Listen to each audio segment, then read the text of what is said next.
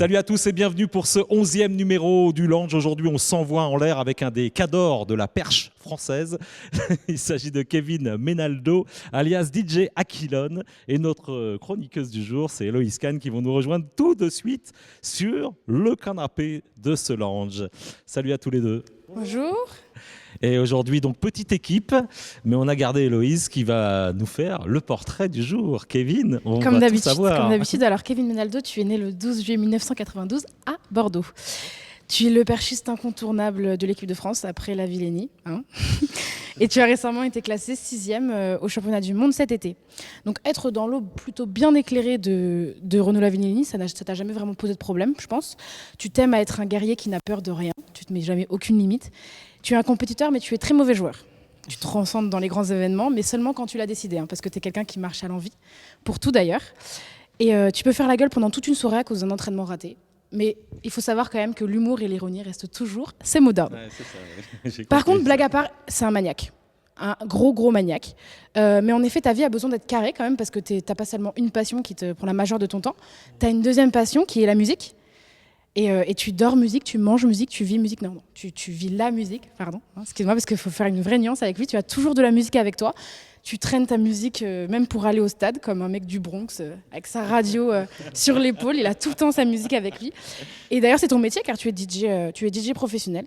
Donc voilà, donc c'est maladif, donc tu es maniaque maladif, tu es DJ maladif, tu es athlète maladif. Tout est une addiction pour toi. Donc on va espérer que les jeux deviennent une addiction aussi.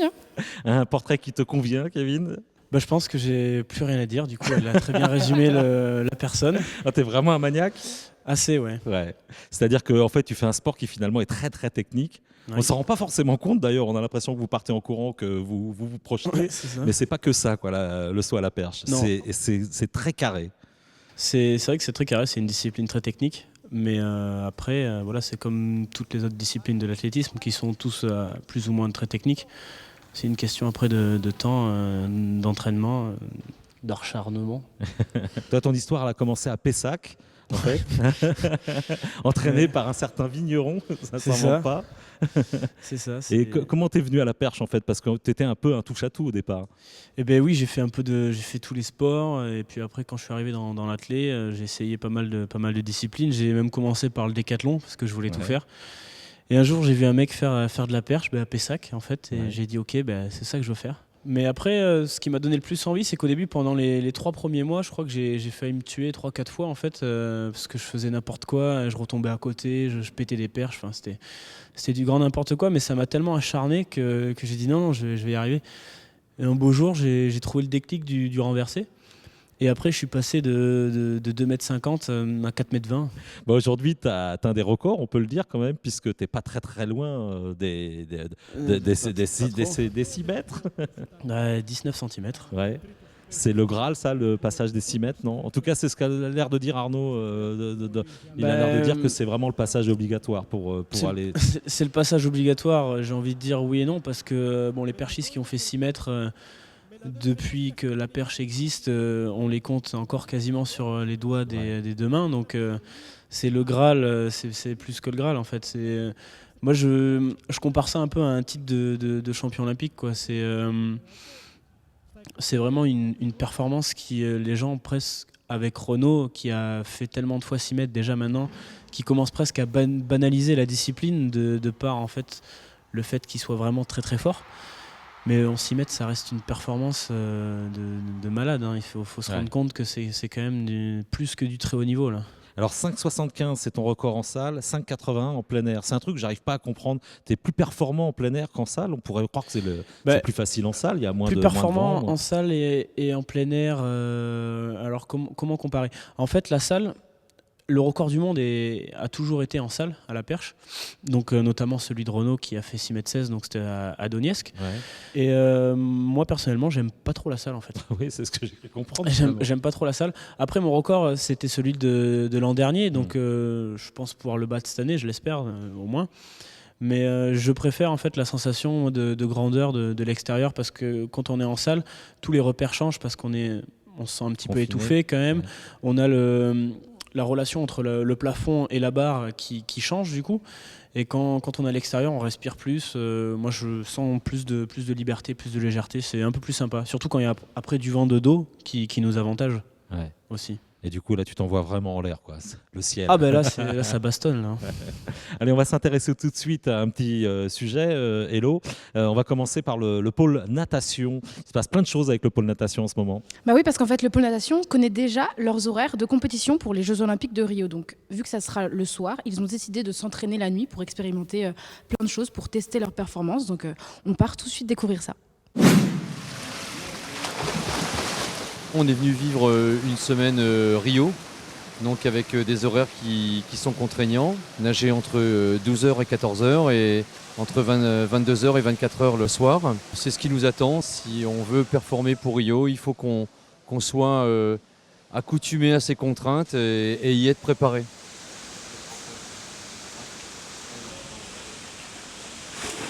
Un peu difficile de se mettre dedans au début. Après, c'est vrai que voilà, on nage tard, donc les conditions sont différentes de d'habitude.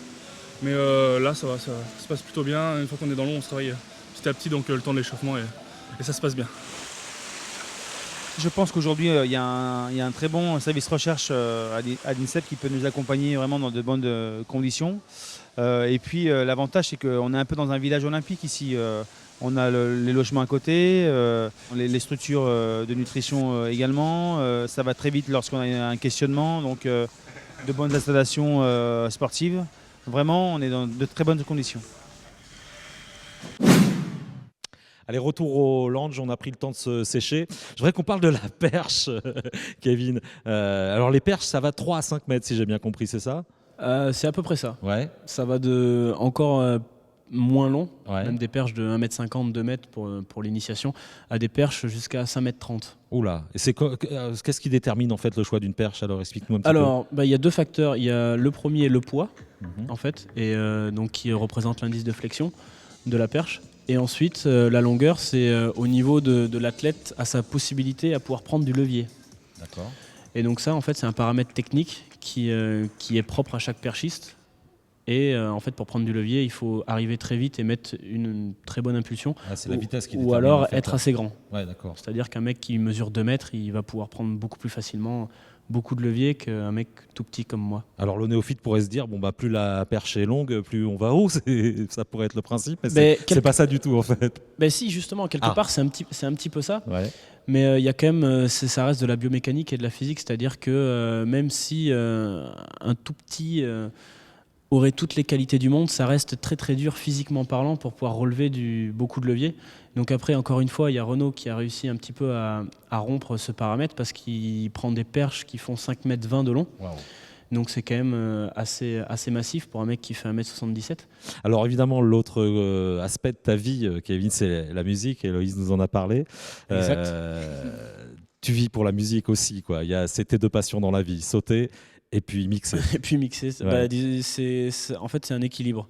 C'est-à-dire que je peux pas en gros sauter sans musique ou mixer sans sauter. Ouais.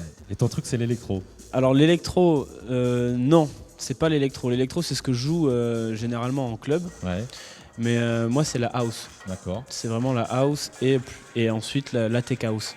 Mais sinon, voilà, la musique qui me correspond le plus et que j'écoute tout le temps, c'est la house. Allez, nouveau sujet, on va s'intéresser à un autre phénomène ici, Héloïse. C'est cette fameuse thermo training room, Héloïse. Oui, effectivement, donc on est parti à la rencontre des chercheurs qui nous aident à recréer les conditions climatiques pour les Jeux Olympiques de Rio. Donc on part tout de suite à leur rencontre.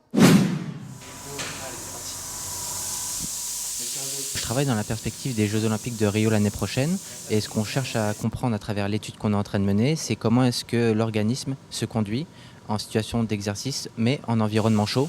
Et ici en l'occurrence c'est 35 degrés, 50% d'humidité, ce qu'on pourrait retrouver à Rio l'année prochaine. Il y a pas mal de mesures qu'on fait du coup pour savoir comment le corps fonctionne en chaleur. Donc là on a de la température cutanée et on voit des images du coup bleu-vert qui reflètent cette température cutanée par infrarouge. On fait aussi de la température interne. Donc les gars, concrètement, avant de faire leur effort en chaleur, ils ont ingéré une capsule qui permet de mesurer la température au niveau intestinal. Ce qu'on fait en plus, c'est des mesures de sang pour savoir la quantité de volume plasmatique qu'il y a dans le sang. On fait aussi des mesures de sueur. On regarde combien les gars ils ont perdu à travers des pesées avant et après le contre-la-montre. Qu'est-ce qui se trouve dans la sueur en termes d'électrolytes, sodium, potassium, etc. Et des mesures tout simplement perceptives, à savoir comment est-ce que le confort et la pénibilité à l'effort évoluent au fur et à mesure du contre-la-montre. 38,2 de moyenne, 261 watts. Toutes les études expérimentales qu'on mène ici à l'INSEP, on ne peut pas les conduire sur des athlètes de haut niveau parce que les athlètes ont leur propre charge d'entraînement avec les coachs.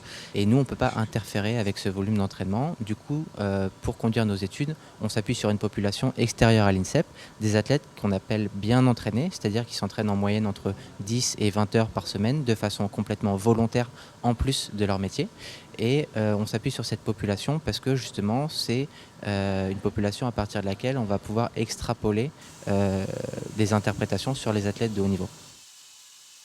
J'espère en effet que toutes ces gouttes de sueur et ces instants de douleur passés dans cette machine vous participeront à aider nos athlètes à mieux se préparer en vue des Jeux de Rio. Il fait très chaud dans cette thermo training room. Alors Kevin, je voudrais qu'on parle rapidement des Jeux Olympiques. C'est évidemment le grand objectif de cette année 2016. Avec d'abord les minima à réaliser. Mais ça ne devrait pas être un problème. Ça ne devrait pas. Ça ne devrait pas. Non, tu es motivé évidemment et tu y crois fort, j'imagine. Tu imagines bien, effectivement, j'y crois, mais après je fonctionne quand même pas mal par étapes. Vu qu'Héloïse l'a très bien dit tout à l'heure, je suis maniaque. Et donc du coup, les jeux sont un objectif en soi, mais il y a quand même énormément cette année d'échéances pour nous, qui commence en mars, cet hiver, avec les championnats du monde en salle. Ensuite, on a les championnats d'Europe qui seront avant les jeux, puis ensuite les jeux. Donc quand on aura passé tous ces championnats-là déjà, après je dirais, ok, là je pense aux jeux, on y est, ça arrive, mais pour l'instant... Vous allez souvent vous croiser là sur les différents meetings, hein, Héloïse, non, j'imagine, non ? Bah, j'espère, mais bon, je préfère quand même quand les perchistes sont pas là parce que ça monopolise un peu l'attention. Le public est focalisé que seulement sur les gens qui sont très qui haut vont dans le très ciel. haut dans le ciel, alors que c'est quand même plutôt intéressant. Je trouve aussi les haies, donc j'espère ne pas trop les croiser. On parlera bien évidemment, Héloïse. Battre Renaud, c'est un objectif ou c'est plutôt un moteur d'être accompagné avec lui C'est un objectif, non, parce que Renaud, je l'ai déjà battu. Ouais. Après, maintenant, j'étais en fait il y a quelques temps dans le stade où battre Renaud, non, parce que c'était clairement pas un concurrent pour moi, parce qu'il était bien plus fort et il fallait quand même rester à sa place. Et maintenant, c'est pas battre Renaud, c'est battre tout le monde en fait. Ouais. Donc Renaud a pas été champion du monde par exemple cet été, donc il s'est fait battre aussi. Donc il faudra battre Renaud, mais pas que. Et ces 6,16 m en fait, c'est un objectif qui vous prend la tête en permanence ou pas vraiment ? Non. J'ai plus envie de faire 6 mètres dans ma carrière pour avoir marqué vraiment ma discipline, pour dire ok, j'ai fait de la perche, mais bon, j'étais pas un rigolo, j'ai fait les 6 mètres. T'as un bon record déjà. Plutôt que de dire non, j'ai déjà pas un rigolo, Kevin. Non, mais bon, c'est encore voilà, c'est encore mignon quoi. Le record du monde, c'est pas un objectif forcément en soi, quoi. Eh ben merci pour toutes tes confidences, Kevin. C'est le moment du défi. Vous avez une fléchette chacun. C'est celui qui est le plus près du centre de la cible qui gagne. Attention, Héloïse, c'est toi qui commence. Oui, je m'éloigne. Attention. Alors les points, on compte pas cette semaine. Ah ouais, c'est pas mal quand même. Kevin, à toi de jouer.